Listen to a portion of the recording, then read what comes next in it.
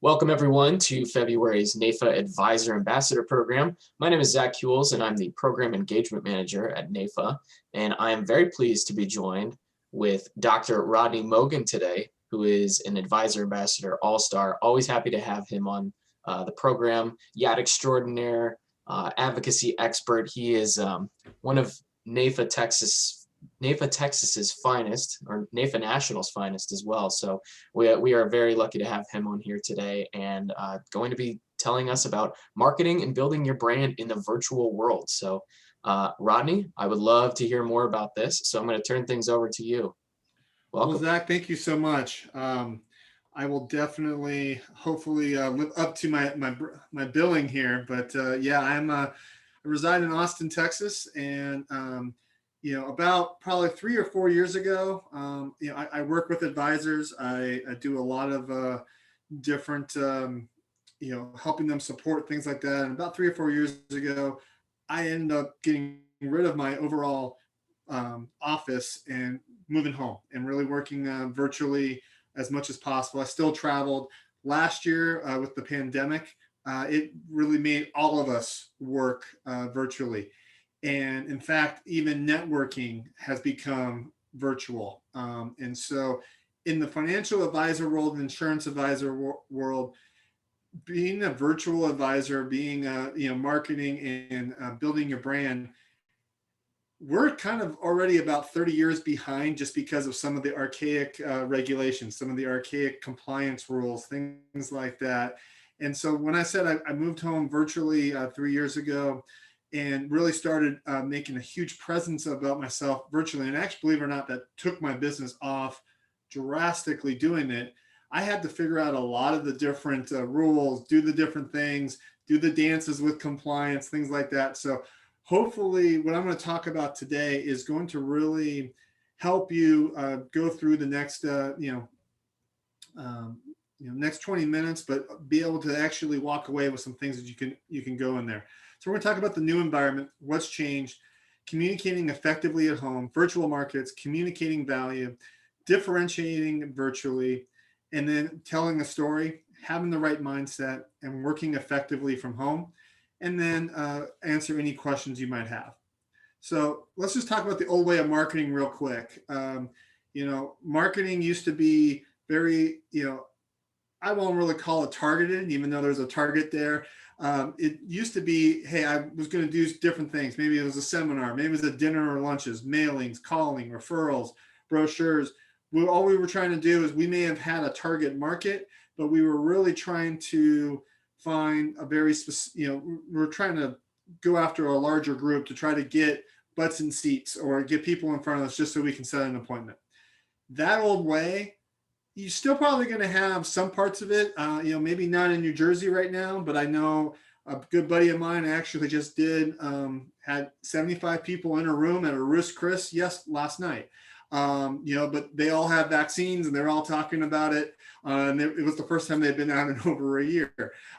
So you're probably going to have some places where that might happen.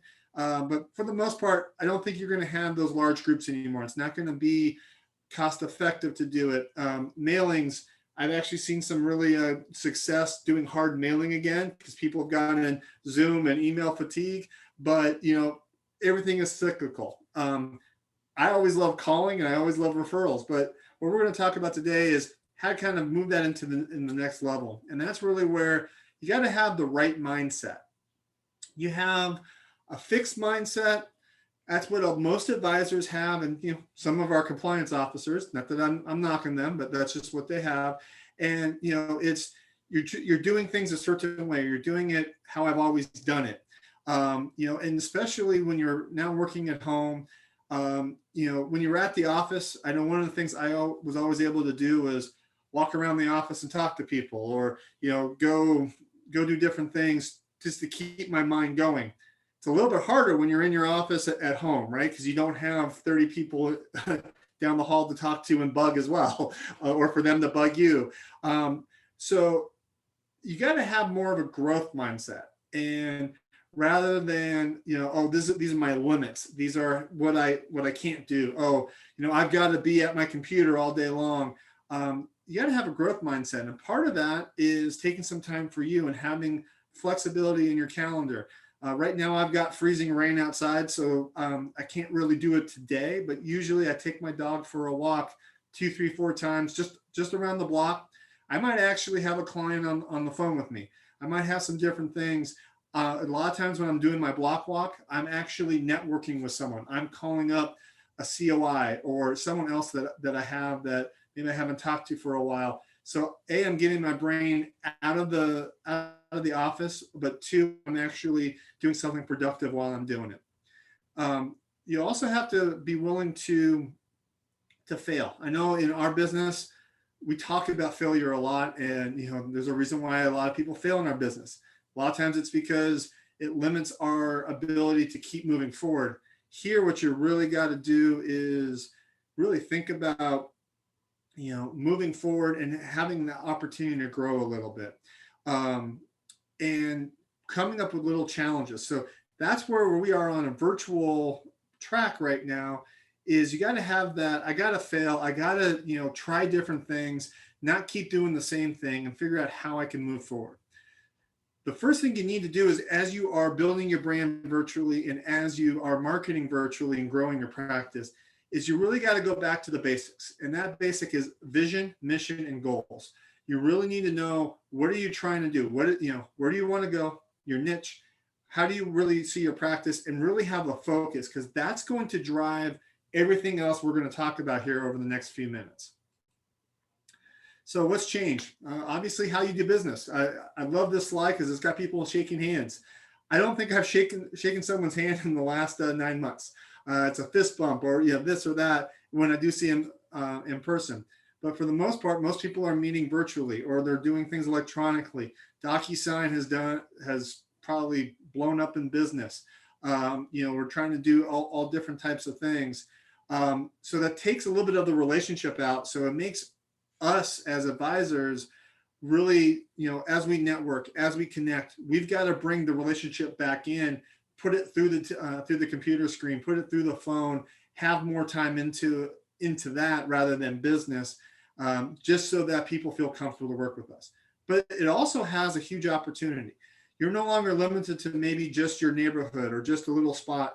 You can maybe do more. I know ever since this happened, I'm on Zoom meetings 7 a.m. to 7 p.m., meeting with clients, doing different things 4 days a week. I've actually done more business in the last 7 months than I did in the 2 years prior to that combined. So, but it does come from more relationship. It does actually take a little bit more effort to go out there and network and be consistent with some different things. So where I network and where I do a lot of things is on social media. I focus on just 2 platforms, well, actually 3, LinkedIn, Twitter, and YouTube. But there's Reddit, there's Snapchat, there's Instagram, there's Facebook. There's a lot of other different things. I just focus on really the 3 things, because most of the people I'm networking with are business owners and they're also financial advisors. And so I really want just where I know they're going to be. But, there's ways you can do that with posting connections. What you do have to understand, though, is everyone is on these platforms. So how do you actually stand out? How do you build your brand? That goes back to that vision, mission, and goals. Every time I post, every time I comment on something or whatever it might be, I'm doing it in relating to my brand. I don't necessarily put my brand on there, but I am actually talking about my brand in a way. And I'll talk about that in a second. So part of that is I have a story to tell. So my brand is I solve people's puzzles. I solve their insurance puzzles. And so I talk, when I'm actually making comments on someone else's post or whatever, I talk about puzzle solving. I talk about processing of how I get to a solution.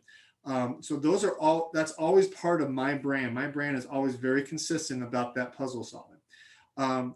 For you, it could be I help retirees. I've got a friend in Brenham, Texas, and he calls himself the retirement repairman. So if he's posting or communicating, it's always going to be about fixing retirement problems, how we can do those different types of things. So part of having a story is it needs to involve you.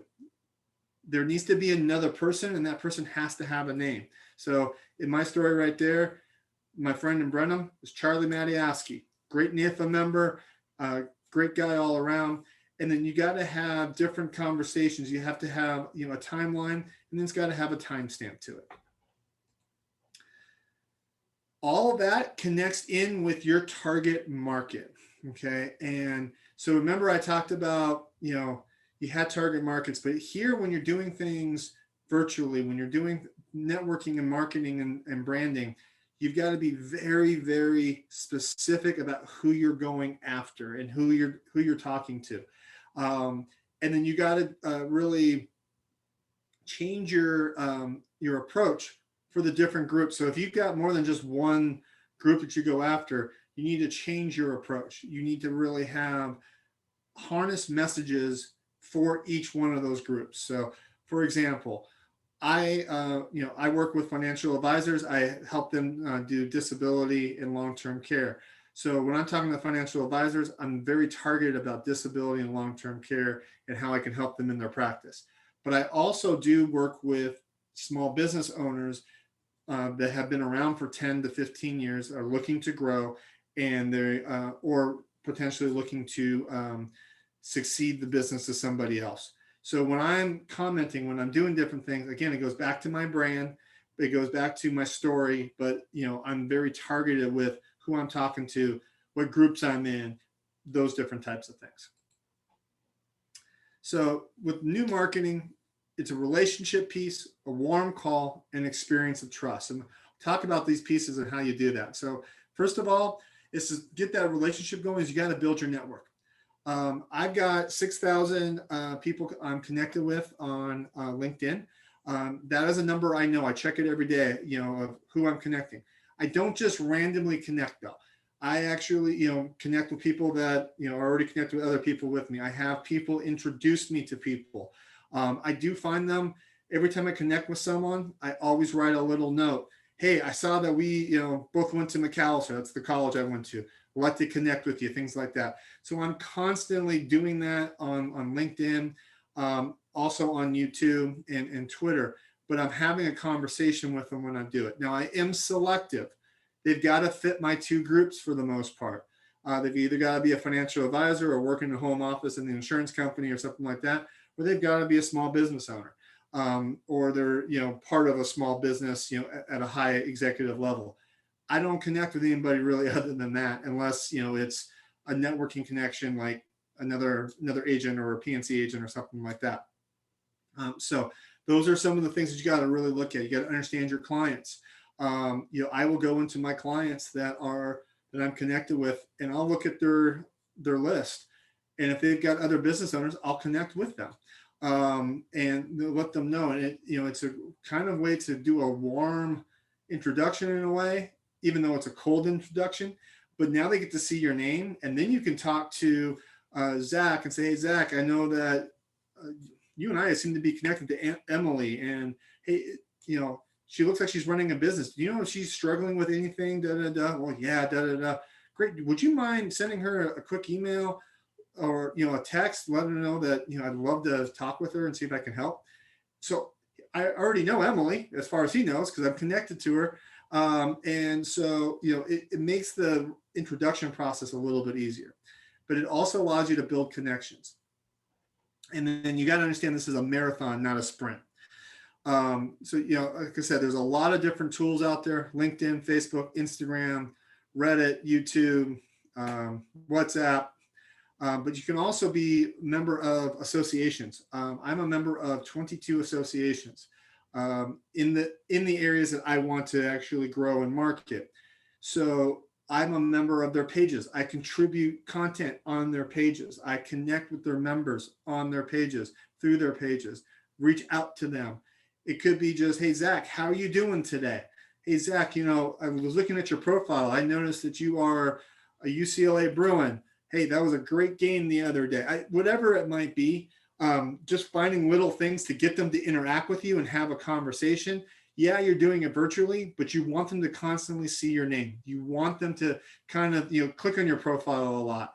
You want them to get comfortable. And I'll show you why you want to do that in a second. Same thing with virtual branding. Again, it's you want them to see your brand. You want them to see what you do. Post articles that fit your brand. Don't just post the article that your compliance department put up with about retirement planning. Well, go find another article that maybe fits what you specifically do. If you have to, get it compliance approved. But those are some of the things that you want to get it out there so that people are, when you post something, it fits into what you do. The other thing is you need to become an expert in the areas that you're really in there, and you can do that via social media. You can do that via writing blogs. You can things like that. But one of the things that I have found work really, really well is doing quick videos, whether it's on your phone or doing, getting a video camera and taping certain things. But again, about your brand, about what you do, having those different conversations. Something I picked up from my friend Cheryl is I've got 4 videos, and on LinkedIn, when I get notified that it's someone's birthday, or it's their work anniversary or something like that, I send them a specific video based on that, and I send it to them. I get a lot of likes. I get a lot of comments on that. Again, it's all about building relationship. Everything I'm talking about here isn't going to give you results tomorrow. It will give you results 6 months, a year, 2 years, 3 years, 4 years, but ongoing results, and keep building it if you're consistent with it. And the more you do it, obviously, the better it's going to be. So real quick, how do you work from home effectively? Get the tech that you need. Make sure you got the right Wi-Fi. Make sure that, you've got the computer, the camera, the different things, but maintain a schedule. I'm on the autistic spectrum. I have ASD, autistic spectrum disorder. And so for me, I have to be on a schedule. I get up the same time every day. I do the same things pretty much every day, but I follow that routine. My wife tries to throw me off sometimes because she said, well, let's go do this, let's go do that. But you know what, she really doesn't, because I actually build in wife time throughout my schedule. So those are some different things that you want to have a schedule. And I actually do calendar when I'm going to be on LinkedIn. I have it at different times throughout the week. So it's not always at 9 a.m. every day. It might be 8:30 on Monday. It might be at 4 o'clock on Tuesday. I do that based on how my days generally work. And I know like Tuesdays and Wednesdays, I'll do LinkedIn later in the day, maybe in the afternoon, because it gives my brain a rest from all my meetings I'm doing. It gives me something else to do and think about, and then go in there. As you can see, I've got a button-down shirt on. Get dressed. I'm not a big believer you need to get dressed every day. In fact, what I do is Tuesdays and Thursdays are my video days. Those are the days I'm going to have video meetings in front of people. So I get dressed on those days. Mondays, Wednesdays, and Fridays, I am in shorts and a t-shirt, or sweats and a t-shirt, or whatever it might be. It's kind of a balance. But you want to have, again, it goes back to having a schedule, and then check in regularly with your office, with your clients, things like that, but also block your time for the things that you need to do. Communicating effectively from home. Never assume someone understanding what you're saying. I can see Leanne nodding her head up and down every once in a while. So that's how I'm checking in to make sure that at least she's tracking with me. If you're talking about a concept, reach out to that person. Okay, can you tell me what I just said? Or, hey, put in your own words what we're talking about here. Make sure there's understanding, because especially now when we're virtual, it makes it even more difficult. So you want to remove as many barriers as possible. Always make sure that when I do a meeting, I always have an agenda. You get consent that this is what we're going to cover, and agreement on the next steps. And then avoid confusing and vague words. You want to be very clear and concise about things. And then always provide the what, when, and how. I mean, it's simple steps, but it helps you. And I do that every time I'm meeting with someone virtually, whether it's a client meeting, a network meeting, whatever. And so I'm consistent with it over and over and over again. You also want to reset expectations. If you've got kids, right before this meeting, I call him my kid, but he's my dog, my 14-year-old beagle. He was walking around my legs and stuff like that. So I had to put him outside the office. But I can do that with a dog. You can't do that with kids sometimes. So you got to have set some expectations. I think some of the funniest memes or the funniest videos I've seen on social media or when kids are imitating their parents. Hey, I'm on a Zoom call. Hey, I'm on this. Leave me alone, so on and so forth. So have those conversations with, same with colleagues. But create a virtual communication policy. Like I said, my communication policy is I will talk to you 5 days a week, but if you want video, it's going to be Tuesday or Thursday. Again, because I want to be professional, I want to be dressed. I put things into those meetings. Use the right tools, find what works for you, make your life easy. All my emails, I actually use Calendly. I pay for the professional subscription, let them actually book their own appointments, do all the different things there. So gives them a lot of different things. I invested in a good video camera. I have a headset when I need it. Those different types of things so that you're giving the people you're working with the attention. Virtual coffees. I do a lot of those on Tuesday and Thursday mornings, starting at 7 a.m. Sometimes 6:30, just depending, because I network across the country. I have my screen. I'm dressed up. I only got 15 minutes, but I'm always talking about them. I'm always, hey, I have questions to learn about them. I've sent out to my LinkedIn on a regular basis. Hey, I'd like to get to know you more. Here's my my coffee link, and I'd like to have coffee with you. I schedule probably about 5 to 7 of those each week, and it's all done via Calendly. I just send them the link, and they schedule. Communicating your value. How do when you're talking with prospects, and you've been networking with them, you've been building a relationship, need to get to understand. You need to get them to understand what you do and communicate your value. I like to use these phrases. I specialize in. I work with people who want to. Really, I have to understand what makes you different. Again, it goes back to that storyline. It goes back to your brand, so on and so forth. So if you really keep in mind, what is your vision, mission, and goals? What is your brand? What do you really stand for? What is your story, or what stories do you have? And then really, hey, I specialize in. I work with people who want to, and then because I, have experience in this area, so on and so forth. So there's a lot of different things. So let me put this one together for you. I specialize in working with people that have kids with special needs. These are people who want to make sure that these children are protected for the rest of their life. And the reason why I work with people like this is because I'm on the autistic spectrum, and I was lucky. I was able to do things that some other people on the spectrum cannot do, but I know that is something that people really don't understand and they have questions about. So I've made it a personal story. I've told them exactly, what I want to do. Those are some of the different things that you can do. Oops. All right.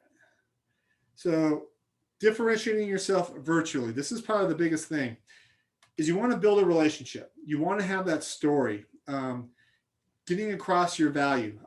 When I post a video, I'm talking a lot about how I solved a problem.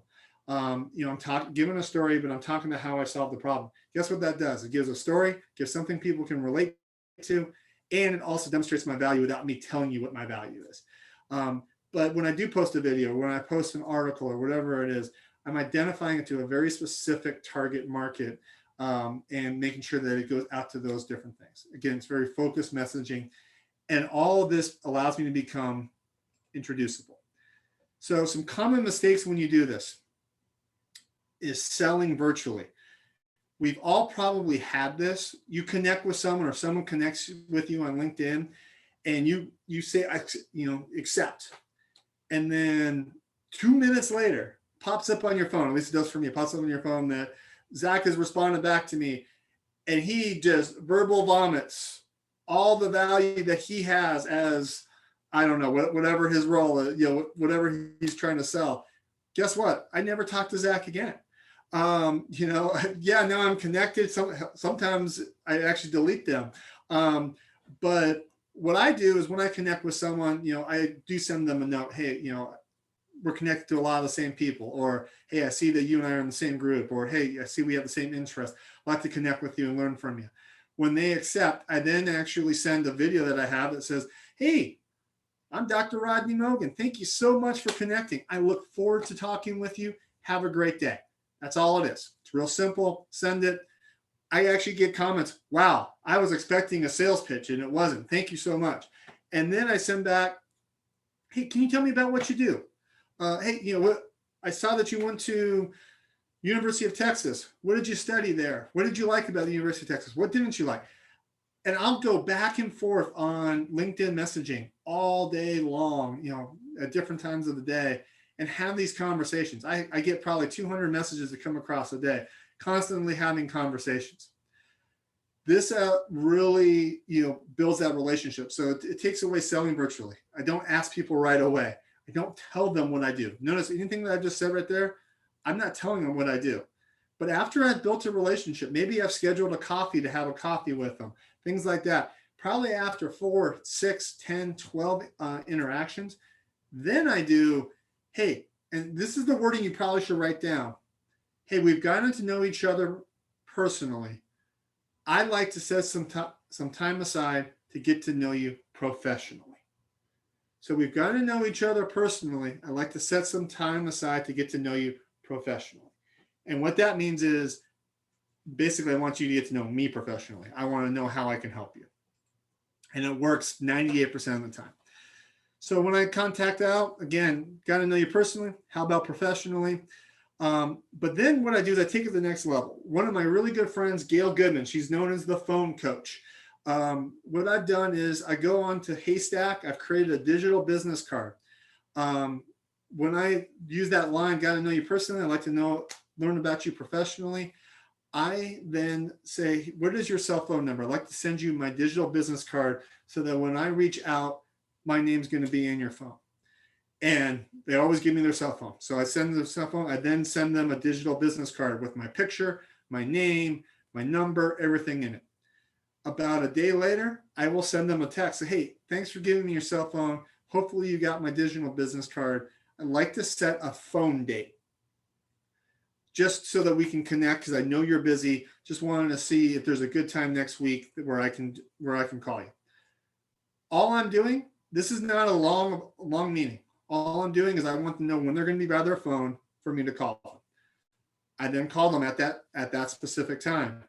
When I call them, that's when I set the appointment. So just to show you kind of my results since March of last year, well, really July when I started doing this, got 725 new contacts. I sent 700 digital business cards, 685 phone dates set, 465 first appointments, 85% conversion into business. So it works. You just have to, but again, this is all predicated because I've spent probably a month, 2 months, 4 months building a personal relationship. So they already feel like they know me. We may have already traded cell phones, so on and so forth. Same thing when you ask for introductions or referrals, do your research, use LinkedIn, get them to refer you. If you can, get them to use a text chain. Don't sell the introduction. And again, you can see set a phone date. So with that, I'm going to open it up for questions. I know at the end I kind of ran through a little quickly just to meet under time, Zach, but you can really do things virtually, and it's just a matter of just doing it a little differently. So I will close. Thank you so much, Rodney. I really, really appreciate your time today. If there are any questions, we can use the chat, or we are set up in a meeting format, so we could also unmute and just discuss freely as well. Yeah.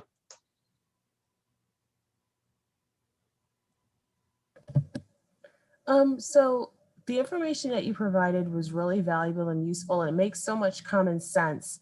But I just was curious, the company that I'm working with or will be working for, I'm sure has their own branding and marketing strategy that I'm sure that I will have to uphold to. At what point do you think is a good juncture to incorporate my personal brand as I begin to build it? So even though I'm representing that organization, I'm still Leanne, and I have Leanne's qualities and Leanne's spirit, to add, value to the conversation or the communication or the relationship. Liam, that is a fantastic question, and I would say right from the beginning, or right as soon as you understand what your value and your what your value prop is, but you do it within the company guidelines and the company branding approach. So Okay. maybe that's they want their logo, with what you do stuff with or whatever, because you are part of that company. You have to talk with their marketing person. You have to talk with the compliance person, things like that. But what I do is, I do some company posts that are just company posts. I do some posts that are about me. So everyone knows I'm with X company, but at the Okay. same time, I have a brand as well. So Right. does that make Okay. sense? That makes sense because just reading through their literature, I I guess I could say it. I don't see anyone's personal touch too much in their literature. Some of Yeah. the conversations, and I'm super new, I'm sitting for my exam, but just in the conversations, and we have web calls and team building calls and such. But I don't see where the individual is kind of being pushed into it. It's more the company, which I completely understand and respect. But I'm just thinking at some point you got to be the person. Yep. You have to understand corporate marketing is always going to be impersonal. So Right. Okay. it's never going to come off personal because they're marketing a corporation. They're not marketing you. Right. So State Farm, great company. It's Jake from State Farm. That's about as personal as it gets. But it or Allstate, where and I'm just thinking of the two things that I can think of off the top of my head. Yeah. You're in good hands. Okay, great. But I know a lot of people I work with that work for a company like Allstate. Okay, great. You're in good hands. Here's why you're in good hands. Here's what I have done for my clients. Boom, boom, boom, Okay. boom, boom. So I they'll got it. take the corporate marketing, but then they'll actually put the personal piece. Now, I will say this: you do need to make sure that you get that approved by your company, things like that. Yes.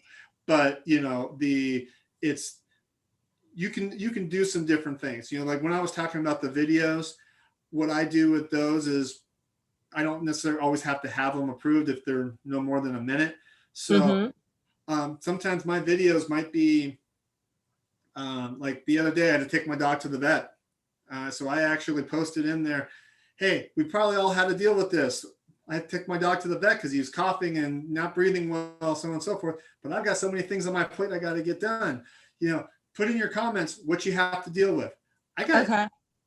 863 comments from that 1 minute video. So Okay. a lot of times it's not necessarily all about business, but it's about, I made it about business, but I didn't. You see what I'm saying? You made it about business. You pose the question to the group or the chat, but then they can impart their personal, so then you can then do the personal. Okay, I got it. Yeah. Okay. Great, thank you. Yeah. My I pleasure. think companies will spend $5 million on a 30-second Super Bowl ad, and that 30-second can be talked about for weeks. So True. Yep. Any other questions? Again, for me, just starting out, you had mentioned earlier in the presentation, different ways to connect with potential clients and such. How did you feel if you had a situation with your first client where you thought you had made the connection and you really didn't, after all of your input and advice? How would you counsel someone coming in on what to do for the next steps if that in fact happened to you? Yeah. So I'm going to give you two answers on that.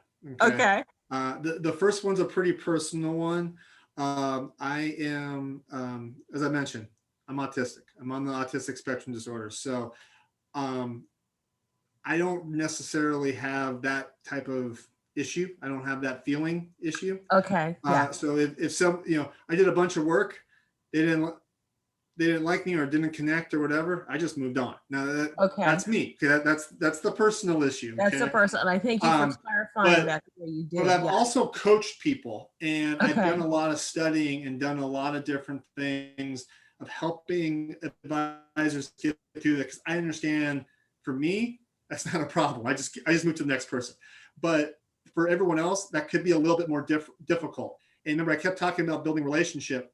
Building relationship is the hardest thing that I can do. It drains me. because I just want to keep moving through my day. Okay. So what I've really studied and learned was, when you have a situation like that, it's best to dissect it, kind of look at, okay, what went wrong? What happened? What went well? Mm-hmm. What are some of the different things? And maybe even ask them, hey, we're friends. We're good. It just wasn't the right business relationship. But what about it wasn't the right business relationship for you? Okay. Try your personality better than anybody. So just know how you actually how best you can connect with it, but you got to learn from it too. It's just moving on to the, like I said, for me, it's all about numbers. I just know that, okay, well, someone doesn't like this, I'll just find someone else that does. Okay. But I know I can't, I'm a robot, as my wife will tell you. Other people are not robots, and I get that. So you need to really understand, maybe it was a word you said, maybe it was, someone else you brought into the meeting that was a little bit too aggressive. Mm-hmm. There's a lot of different factors you never know. Maybe, it could be that, hey, even though they told you certain things, that maybe they were kind of embellishing because they knew you and they didn't want you to think they were in deep trouble. That kind of stuff. So what you want to do is you want to kind of prep your meetings ahead of time, knowing what some of these objections might be, knowing what some of their concerns might be, so on and so forth. One of the things I had a Vietnamese rep, her name was San, 10 years ago, and in the Vietnamese market, she's female. She wasn't very valued. They listened more to me, even though I barely spoke Vietnamese. And one of the things we got her to say was, look, I know I'm a female. I know you don't really value me in these financial decisions. I've got Rodney here. He'll help me. However, I want you to speak open and honest with me because I know I can help you. And because she took that tack ahead of time, all of a sudden they started to listen to her, and she built up really well in her community. But again, that was after 3, 4, 5 meetings of us really trying to figure that out. So it's all those different things. It's just, you have to understand who you're meeting with. And then, don't be afraid to, when someone tells me no, like I said, I will move on, but I also ask them, why are you telling me no? Okay. I don't care. Zach's heard me say that. Why are you telling me no? A lot of times I turn the no into yes. Okay, so then that kind of goes back to the three, the who, the what, and the why. I could come back with that. Okay, very good. Thank you. Yep. So, well, Leanne, thank you so much for joining. And thank you for meeting with me today. This was great. Yeah. And hopefully as you progress in your career, you'll become a NAFA member, and you'll have more of these calls. I definitely will. So will you be in the, I'm scheduled for the session, I think, in 2 weeks. Will I be meeting with you again, or? No, Zach will be on the call, but we have different ambassadors doing different topics. Wonderful. Well, it was a pleasure meeting you both. Thank you so much and have a great afternoon. Thank you, Leanne. All right, take care. Be well. Bye-bye. Have a good one. Thanks, Zach. You have a great day. Rodney.